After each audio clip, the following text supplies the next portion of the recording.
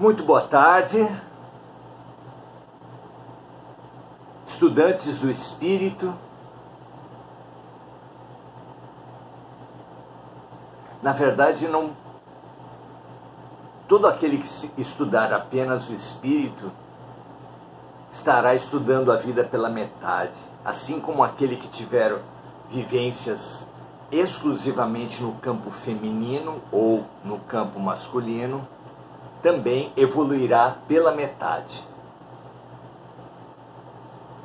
Como nós precisamos da verdade e da realidade, e a verdade e a realidade ou são por inteiro ou nada são, como a nossa inteligência ou é masculina e feminina ou nada é,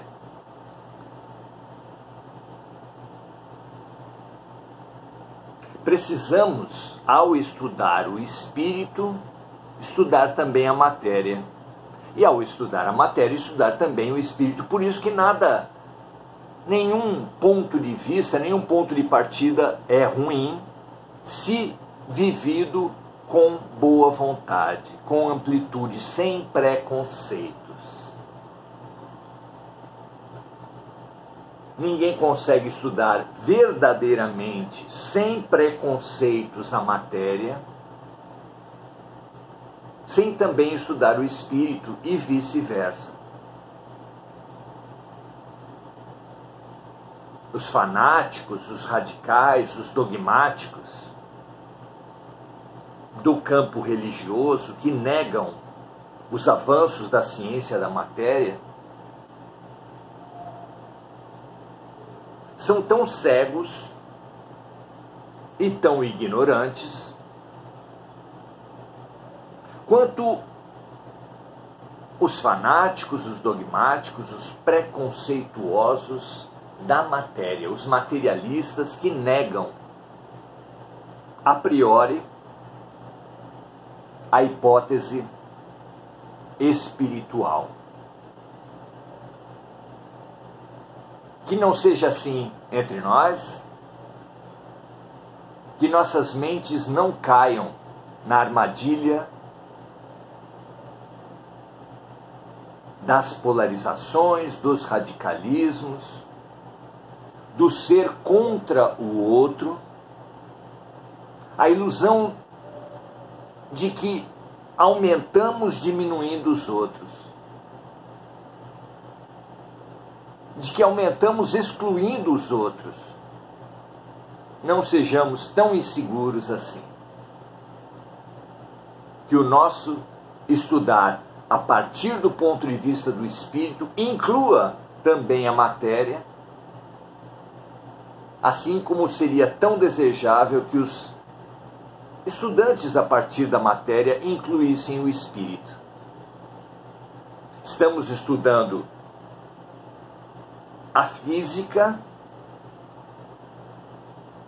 do ponto de vista espiritual, a partir desse livro O Consolador, de psicografia de Chico Xavier, Francisco Cândido Xavier, autoria espiritual de Emmanuel, o seu guia.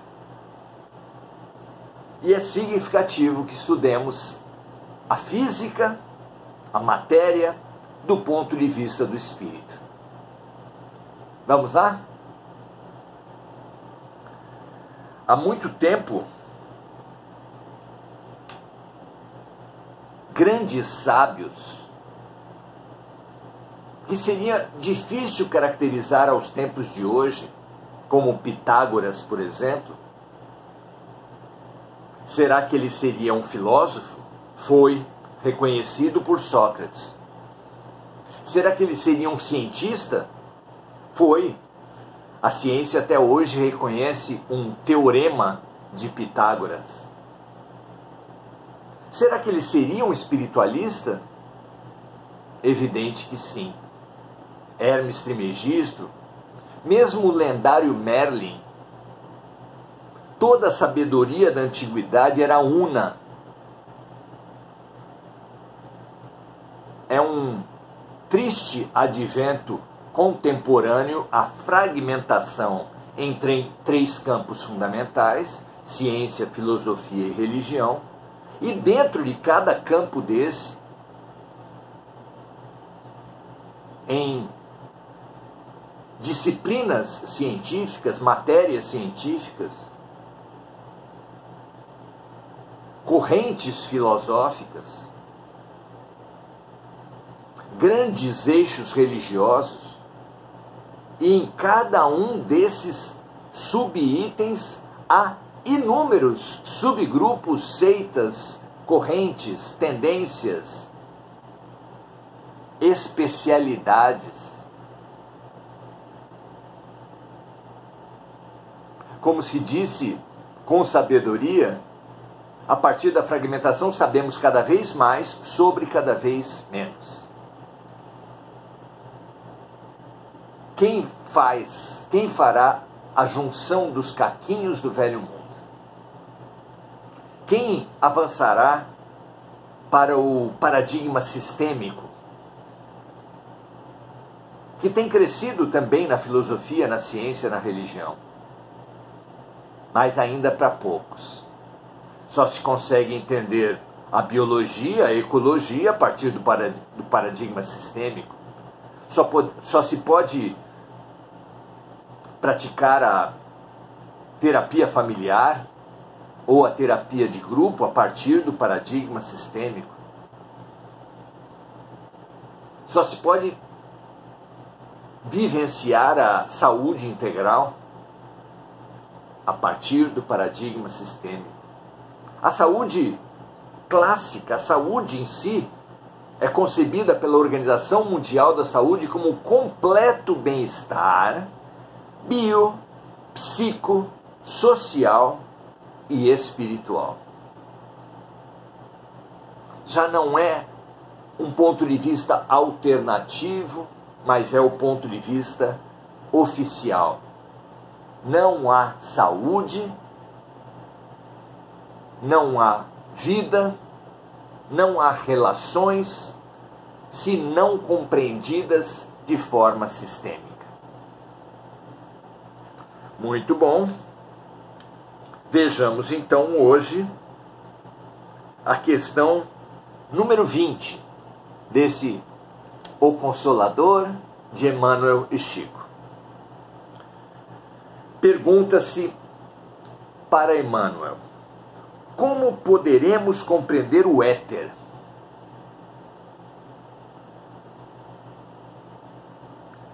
Nos círculos científicos do planeta, começa Emmanuel, muito se tem falado do éter, sem que possa alguém fornecer uma imagem perfeita da sua realidade nas convenções conhecidas. E, de fato, o homem não pode imaginá-lo dentro das percepções acanhadas de sua mente. Por nossa vez, não poderemos proporcionar a vós, outros, uma noção mais avançada em vista da ausência de termos de analogia. As palavras, qualquer um pode entender isso, são criadas para realidades existentes. Ninguém pode criar uma palavra que contém, claro, uma definição para algo inexistente. Não é? Hoje, apesar do espiritualismo da antiguidade conceber os 4 elementos, água, terra, fogo e ar, e um 5º elemento chamado éter, que estaria diluído à nossa volta, no qual água, terra, fogo e ar estariam imersos. Mas ainda nos é limitado o entendimento a seu respeito. A ciência, modernamente, nos últimos anos, tem avançado para um novo conceito. o conceito atual fala de a matéria escura, que comporia mais de 95% da realidade material. A matéria escura estaria nos interstícios, nos intervalos entre os astros no espaço sideral. Entre o céu e a terra, classicamente se concebia que existia o vácuo. O que é o vácuo? O nada. Modernamente, através de experimentos, de observações concretas, a astronomia, a ciência oficial, concebeu o conceito da matéria escura, ou seja, que entre os astros há uma matéria num estado diferente, uma matéria em um momento diferente, mas sendo matéria. O conceito da matéria escura se aproxima muito do éter da antiguidade, e mesmo no espiritismo, do que é chamado pelos espíritos de fluido cósmico universal, que seria a matéria da matéria, a substância da matéria, da qual o que nós vemos como matéria tangível, visualizável, a matéria que nós tomamos contato através dos nossos sentidos físicos, 5 sentidos físicos, seria apenas um estado, assim como o gelo é um estado da água e do vapor. Éter, matéria escura, fluido cósmico universal. Continua Emmanuel tentando trazer elementos para essa compreensão do éter nesse nosso estágio ainda primitivo de entendimento. Se, como desencarnados, começamos a examiná-lo, o éter, na sua essência profunda, para os homens da Terra, o éter é quase uma abstração. De qualquer modo, porém, busquemos entendê-lo como o fluido sagrado da vida, que se encontra em todo o cosmos. Fluido essencial do universo, que em todas as direções é o veículo do pensamento divino. Mais ou menos como os sons e o tato se propagam dos animais marinhos, se propagam na água, que é o meio no qual os animais estão imersos, mais ou menos como o nosso som dos encarnados, dos animais, dos vegetais, dos minerais, da terra, se propaga no elemento ar. Sem ar não haveria som. Da mesma forma, tudo que existe está imerso no éter. Estamos mergulhados, por assim dizer, respirando, submersos no éter. Tudo que existe nesse universo. E aqui Emmanuel chama de veículo do pensamento divino.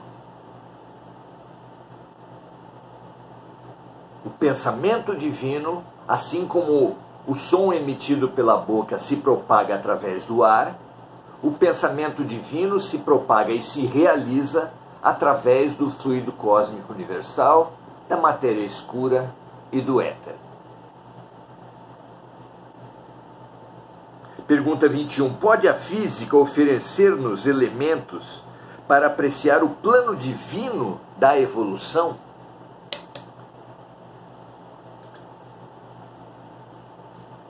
Emmanuel diz o seguinte: também aí podereis observar a profunda beleza das leis universais.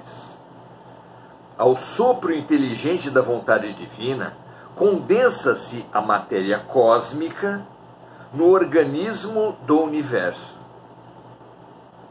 Surgem as grandes massas das nebulosas e em seguida a família dos mundos, regendo-se em seus movimentos pelas leis do equilíbrio, dentro da atração, no corpo infinito do cosmos. É quase uma poesia. Então, o que fala aqui Emmanuel é que esse fluido cósmico universal, esse éter, essa matéria escura, primeiro vai se condensando em certas regiões a partir da lei de atração, seja ela exercida por astros, como nós vemos e entendemos e observamos, seja ela, essa matéria escura atraída pelos buracos negros, grandes condensadores de gravidade. O fato é que, no universo, condensa-se matéria escura ou éter, primeiro em nebulosas, formando as chamadas nebulosas, que receberam esse nome por serem observadas até esse momento como nuvens mesmo. Assim como nuvens são condensações da umidade dispersa no ar, que antecedem a fase líquida da água,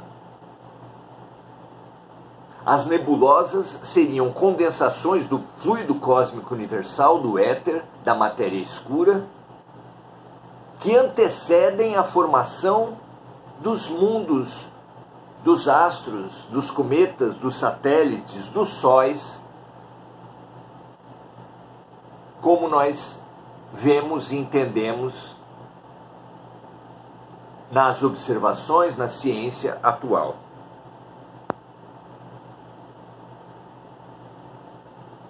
O ciclo da evolução, continua Emmanuel, apresenta aí um dos seus aspectos mais belos. Sob a diretriz divina, a matéria produz a força gera movimento, o movimento faz surgir o equilíbrio da atração e a atração se transforma em amor, identificando-se todos os planos da vida na mesma lei de unidade estabelecida no universo pela sabedoria divina. Sabemos que os planetas são parcelas da substância estelar que se desprendem de uma estrela e, em se esfriando, adquirem as características de planeta e também de satélites. E também de cometas. Mas apenas supomos atualmente como os sóis vieram das nebulosas. As nebulosas são conhecidas como as grandes maternidades do universo.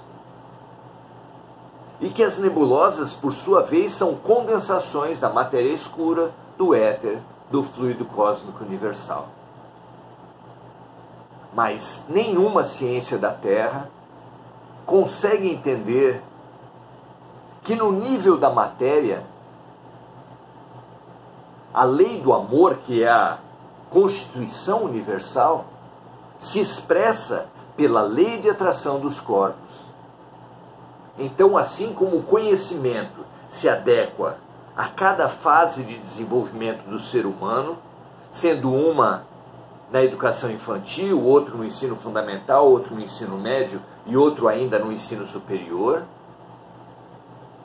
também a lei do amor sagrada e única, como concebe aqui Emmanuel, nesse livro, ao nível da matéria ela se expressa, se manifesta pela lei de atração dos corpos, também conhecida como lei da gravidade, que faz com que os grandes corpos, quer dizer, todos os corpos, mas nos grandes corpos fica mais visível, exerçam uma atração uns sobre os outros, sendo por isso, é claro, todos nós sabemos, que a Terra, assim como Júpiter, Saturno, Netuno, todos os planetas do Sistema Solar, giram em torno do Sol e os satélites dos planetas do Sistema Solar que os possuem giram em torno dos planetas. Só há esse movimento orbital, claro, pela lei de atração, que é ao nível dos planetas, ao nível da matéria, a lei do amor. Depois, nos vegetais, se vai ver também a lei do amor, por exemplo, nas árvores, de forma que uma árvore, algumas espécies mais que outras, mas que uma árvore sozinha seja fraca, seja passível de ir ao chão, de cair, de morrer, de sequer conseguir gerar outros indivíduos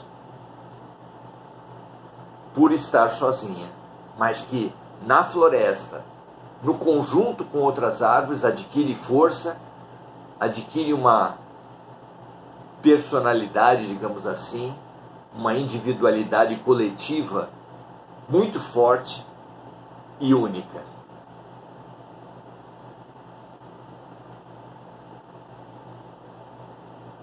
Então o ciclo da evolução apresenta aí um dos seus aspectos mais belos. Sob a diretriz divina, a matéria produz força, a força gera um movimento, o movimento faz surgir o equilíbrio da atração e a atração se transforma em amor.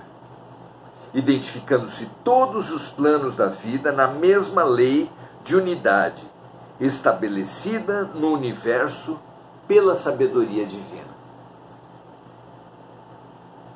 Pergunta 22. A substância é igual em todos os mundos? Como compreender a revelação dos espectroscópios? Emmanuel fala assim: reconhecido o axioma de que o universo obedece a uma lei de unidade, que há uma grande lei, da qual o que hoje a ciência e mesmo a filosofia e a religião entendem como leis são apenas artigos dessa lei maior, mas que compõem um único conjunto, uma única lógica, uma única lei. Então, reconhecido o axioma de que o universo obedece a uma lei de unidade, somos obrigados a reconhecer que o que se encontra no todo existe igualmente nas partes. Para isso são inspiradoras aquelas figuras onde, olhada nos detalhes, cada pequena parte reproduz a coletividade, a parte maior. Veja isso, pesquise isso, é muito interessante como essas grandes figuras, olhadas em suas partes menores, estão contidas em cada micro pedaço. Veja isso, pesquise isso, você vai ter uma demonstração estética do grande princípio das leis apresentadas por Hermes Trismegisto, como na obra Cai Bailon, onde assim no pequeno como no grande, assim no baixo como no alto, assim na terra como no céu, como disse Jesus. Continua Emmanuel dizendo assim: contudo, o espectroscópio não vos poderá revelar todas as substâncias que se encontram nos outros mundos. O espectroscópio aponta seres, astros, algo pelo espectro, ainda quando não conseguimos visualizar pelos 5 sentidos, ele já aponta ao observador. Contudo, o espectroscópio não vos poderá revelar todas as substâncias que se encontram nos outros mundos. Ou seja, assim como há coisas que os nossos olhos não veem e que o espectroscópio vê, há coisas que existem na realidade, mas nem o espectroscópio consegue, digamos assim, perceber.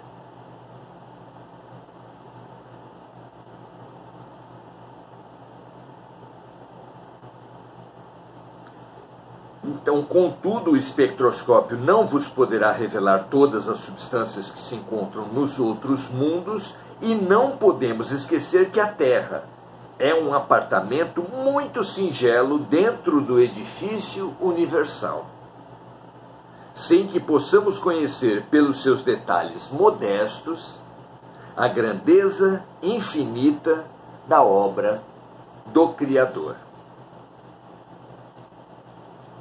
Então, olhando a Terra, principalmente com o olhar superficial que nós temos, não conseguimos ainda distinguir o universo, assim como olhando o ser humano, na superficialidade em que nós nos conseguimos enxergar, ainda não vemos, como o profeta revelou e Jesus confirmou, o Deus que habita em nós. Vós sois deuses. Nós ainda não vemos isso. Os estudos profundos do ser apontam apenas o consciente, o subconsciente e o inconsciente. Jung já falou do self, que é uma substância de luz, uma substância divina, uma essência que há no fundo de todos os seres. Mas é apenas uma sinalização que representa um fabuloso desafio para o conhecedor, para o pesquisador, seja ele partindo do ponto de vista da ciência, da filosofia ou da religião. Muito bom que esses estudos, que essas visões ampliem, desafiem, mostrem alguma coisa dentro dos nossos limites da grandeza da criação universal. Que toda mente humana comece a levantar esse véu de Ísis, porque é diante da grandeza da criação que nós nos tornamos humildes, que nós percebemos a nossa real estatura, que nós desenvolvemos a confiança na infinitude da vida.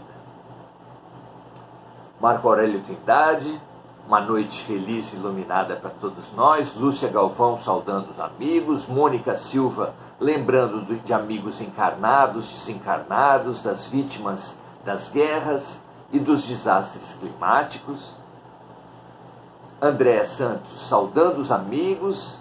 Enir Cajazeira pedindo vibrações para seu filho, e assim nós estendemos para todos aqueles que estiverem nos seus corações com qualquer pessoa necessitada, que receba o compartilhamento dessa luz, dessa coragem, dessa lucidez aqui gerada. Diana Costa, muito bom estar com você. Angélica Sayonara, como é bom aprendermos juntos. Muito bom estarmos juntos. Saudamos a todos os amigos. Amanhã, domingo, continuaremos a nossa jornada no livro Entre o Pequeno Príncipe e o Grande Príncipe, que veio através de nós,